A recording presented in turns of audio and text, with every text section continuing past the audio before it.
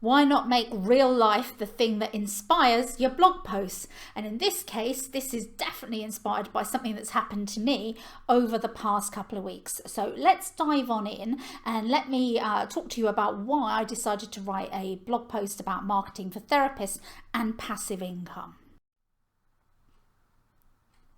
So there I was a couple of weeks ago, and I'm looking at my diary and it's packed to the rafters, not just with clients, but with things that I had to do with marketing students, other little side projects and hustles that I've got going on.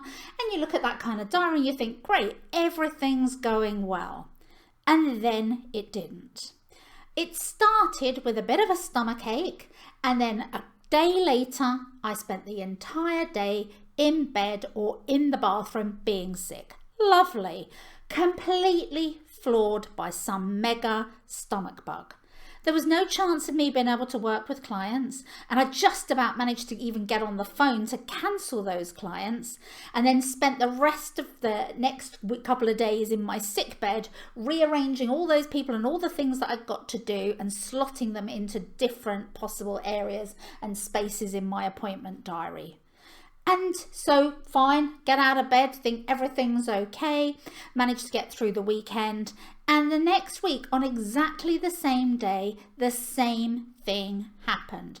The bug from hell returned. And I spent yet another day throwing up, another day of having to cancel all my clients, and I was back to square one. Now, if you're a therapist, it is only a matter of time before the same thing happens to you. Now, you hopefully will not get the same stomach bug that I do, but you might get the flu. You might need to take a week off work because of that. You might need an operation and need to recuperate for a month or two. You might break your leg and maybe you can't drive to your clinics anymore. The question for you is, what happens to your business and your income while this is going on? And we need to ask ourselves, have we insulated ourselves financially from the impact that these things can have?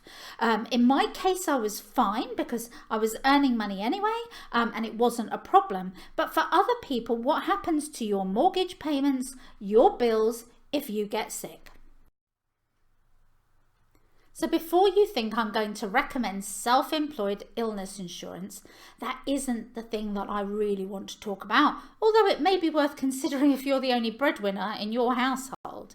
Instead, I want you to think about building passive income streams to insulate your business from ups and downs. Marketing for therapists doesn't simply mean finding ways to get customers to come and visit you for one-to-one sessions. It involves finding ways to build a bigger income by helping clients when you're not around. And why is creating different revenue streams so important for your business? Well, simply put, it insulates you from the ebbs and flows of a typical therapy business and allows you to build areas of income that are not just reliant on clients in your local vicinity. You've got to remember that as a therapist, you can only see so many clients in one day. Once you've hit your limit, whatever that may be, then your income trajectory comes to a grinding halt. Plus, I should say, I never advocate that a therapist kills themselves by seeing so many clients that they're either going to exhaust themselves or get fed up. The whole point of working for yourself is so that you get rid of all the negative aspects of working for a big corporation or company. When your job is no longer enjoyable because you're flogging yourself to death to earn as much as you can, you may as well go back to the corporate world with your sick pay and your holidays. Now, I often see people and they ask, what does a hypnotherapist or a therapist earn? And in order to see really whether it's worth pursuing, it's a career worth, even thinking about.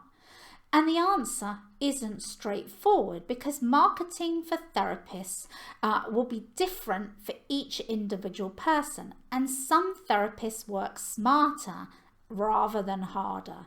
So an average hypnotherapist who just sees clients and sees however many a week is probably going to earn a comfortable living. Not the most exciting living, but they'll be comfortable. But a clever hypnotherapist with lots of passive income streams could be doing very well indeed.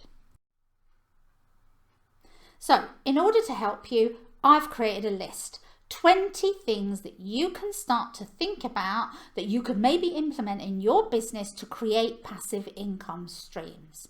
Now, don't make the mistake that many people do. You're not going to needing to do all of these at once. Pick one. Do it well before you move on to the next.